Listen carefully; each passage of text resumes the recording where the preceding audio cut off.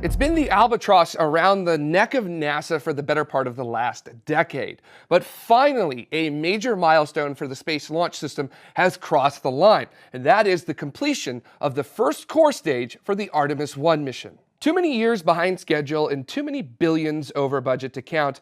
It's about time that a tangible piece of the rocket NASA will use to send their own astronauts back to the moon becomes a reality. At NASA's Michoud Assembly Facility on January 8th, the core of the first Space Launch System rocket to fly was rolled out. Now, it's about 64 meters long and 8 meters in diameter, so it's a chunk of a rocket.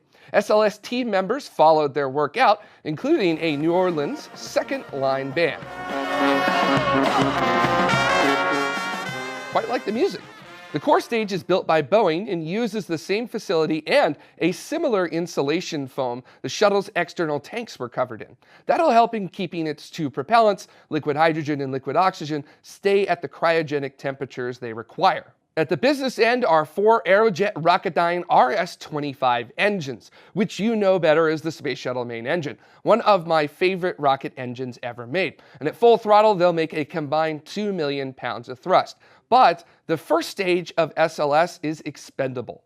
So these incredible engines, which flew multiple shuttle missions, will end their days in the ocean. And that, to me, is unbecoming of the technological marvel that those RS-25s are. I mean, that was the United States' first major engine that used staged combustion and the Ferrari of engines. I mean, it's one of the most efficient liquid propellant engines ever made.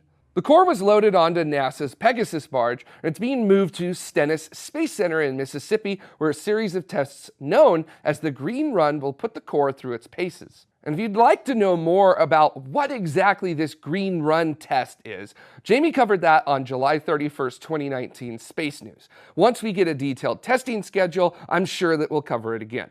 Now, the Space Launch System has really been accelerating its progress over the past 2 years, especially since last year when it was announced that NASA is going to be attempting to return astronauts to the moon by 2024. And in order to make that target date, let me tell you, it's going to have to go perfectly from here on out. Because if it doesn't, you're probably going to miss 2024. And considering with SpaceX's progress on Starship and Blue Origin's push for Blue Moon, the Space Launch System is probably obsolete before it even flies.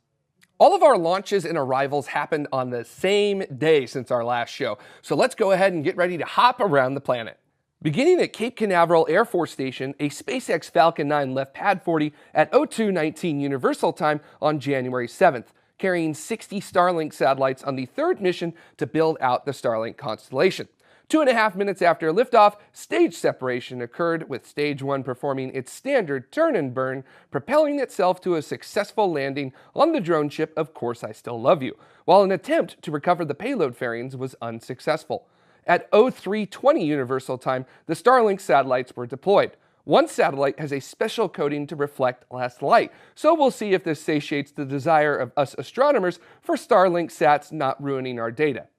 After a successful cargo run, Dragon C-106 was unberthed from the International Space Station at 08:41 Universal Time on January 7th, where it was then released by Canadarm2 at 10:05.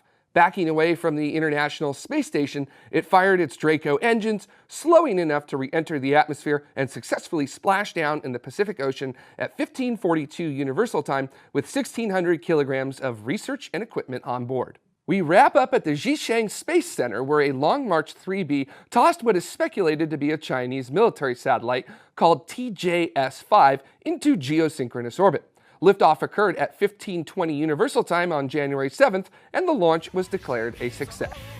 And here are your upcoming departures.